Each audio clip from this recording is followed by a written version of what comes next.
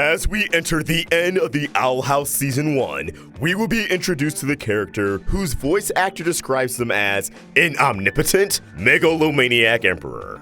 Someone whose presence has been built up since the very first episode. The show slowly building up that anticipation more and more until eventually, boom. So that when the upcoming episode Agony of a Witch airs, it can embrace a full-on mic drop and leave us all speechless. I am of course referring to Emperor Belos, who rules over the Boiling Isles with an iron fist. Needless to say, he's poised to be the main antagonist of the Owl House. However, no matter how powerful and crazy he is, I'm not buying that Bellows is the true villain. No. As throughout Season 1, different seeds were planted for a different kind of villain. One whom, unlike Bellows, provides personal stakes to the Owl House. Someone, or honestly, they're more of a duo, who, if they desired, can single-handedly destroy the futures of Luce, Gus, Willow, and especially Amity. Who are these mystery characters? Well, you know from the thumbnail, Mr. and Mrs. Blight. Allow me to explain, based off what we know so far, why the Blight parents may become the ultimate villains in the series, and why I believe their threat to the characters greatly outweighs anything Bellows can do.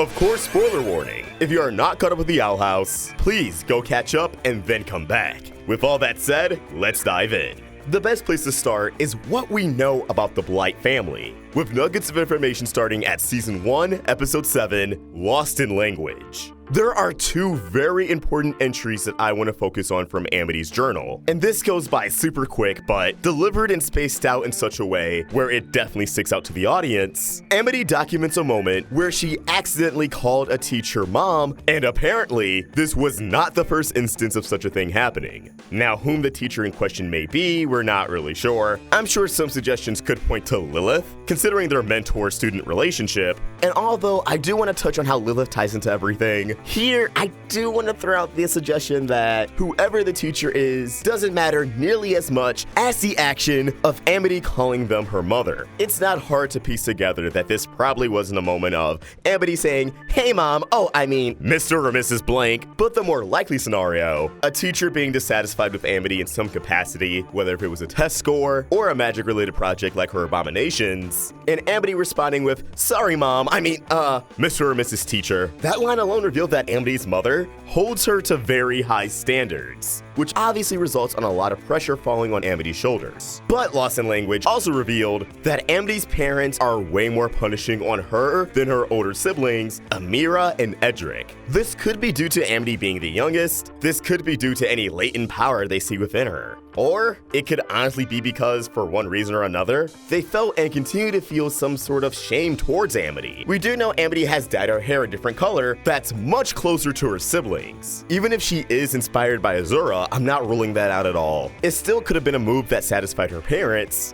if for some reason they all have green hair except for Amity. But honestly, the intricacies of hair colors leaves our worries. And as we learned in Understanding Willow, the Blight parents only want to be associated with witches who have good reputations and a strong grip on their magical ability. And this isn't exclusive to their own adult social life, but their family as a whole, forcing a young Amity to sever ties with Willow due to the Blight parents viewing Willow as weak, going as far to threaten Willow's enrollment in Hexside if Amity did not cease their friendship, revealing they have high powers of influence and, of course, wealth.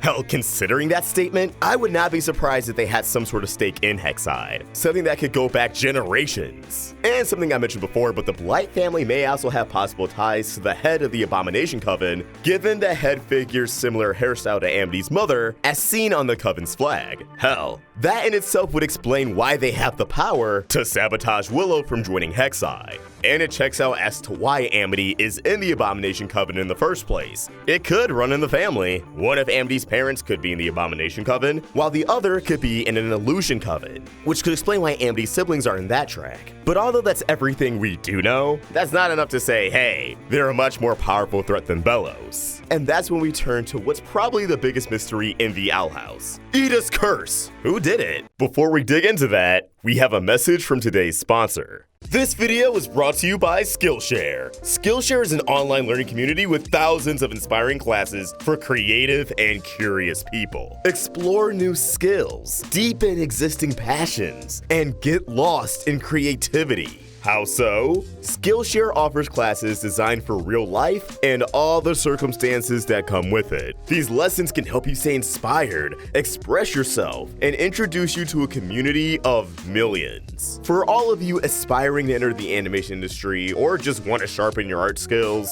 Skillshare offers classes on storyboarding, dynamic poses, color theory, and so much more. A class I recommend is Color Theory for Illustrators, a fun beginner's guide to creative color by Brooke Glazer. It's 57 minutes, under an hour, and divided into 16 easy-to-follow lessons that can really help punch up your art. Emoting with every facet of art is important, and learning to do so with color will go a very long way. Skillshare is created specifically for learning, meaning there are no ads, and they're always launching new premium classes, so you can stay focused and follow wherever your creativity takes you. The first 1,000 of my subscribers to click the link in the description will get a 2-month free trial of premium membership, so you can dive into whatever craft you aim to master. Creativity is self-care, and whether or not you're still caught in quarantine, preparing to go back to school, or continuing to work from home, there's no denying that right now, we definitely need some productive escapism in a community that's nothing but learning, the things you care to learn about. It's less than $10 a month with an annual subscription. Get started at skl.sh/theroundtable0820. Again, that's skl.sh/theroundtable0820.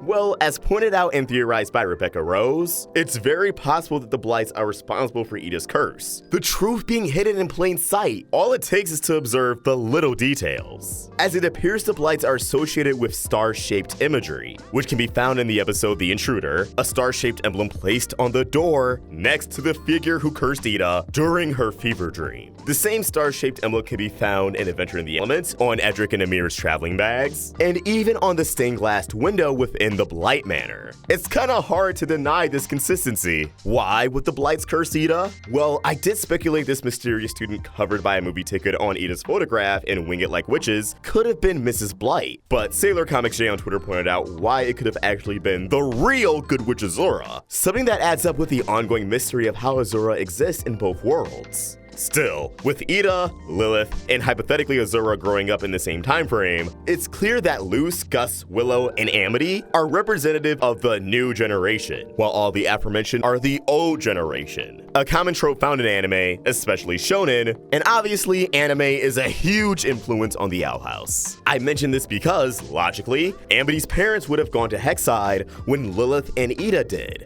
The Blights could have been bullies, perhaps the ones who messed with Lilith, as documented in Edith's record in the episode Something Ventured, Something Framed. They could have easily been the snooty rich couple, trying to knock everyone around them down a peg. They could have grown up with Edith as rivals. So, considering Edith's skills but rebellious nature, alongside the knowledge of her former aspirations to join the Emperor's Coven, I suspect the Blights saw Edith as a threat. Someone who has the magic chops to make it into the Emperor's Coven, but has the attitude to deem her quote-unquote unworthy.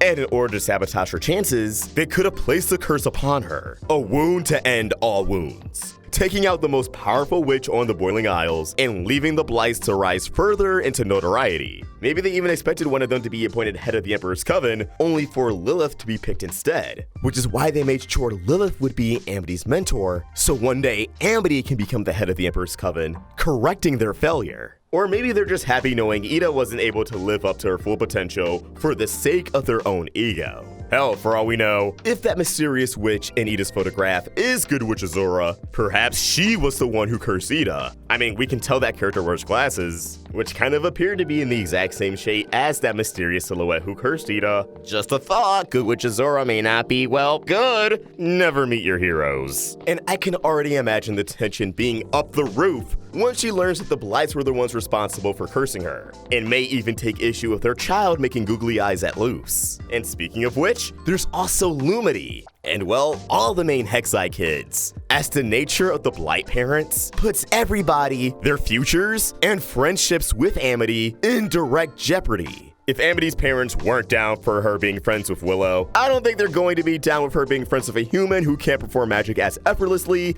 and organically as they do. And once they learn there's romance afoot, who knows how they're going to react. With this knowledge, Amity's parents can give her a simple warning: don't be friends with that human girl, which Amity can easily defy. But once Amity gets caught a second time, we already know how they may respond. And they could even be a smidge more furious once they learn that Amity has been hanging out with everybody at the Owl House, Willow included. They can ensure that Luce, Willow, and Gus get expelled from Hexside. And when that inevitably fails, their aspirations to join the Emperor's Coven will suddenly face an even greater challenge once people in power have a reason to make sure that they don't even get close to joining. Not to mention, Edric and Amir may be ordered to ensure that Amity stays as far away from Luce as possible. Although they like Luce, they can't disobey their parents. Not when it comes to this. And I don't think Luce would want these cinnamon rolls to have to use their mind manipulation tactics. Twins proficient in illusion magic, not my first pick for opponents. And depending on how severe they can come down on Amity and her future, or the futures of Luce, Gus, and Willow, she will have to make a heavy sacrifice, shut down and having to revert to the cold, distant Amity that we met in the beginning of the series. And if they really desired, the Blight family could probably go as far as to making sure Luce goes back to Earth and never has contact with the demon realm ever again.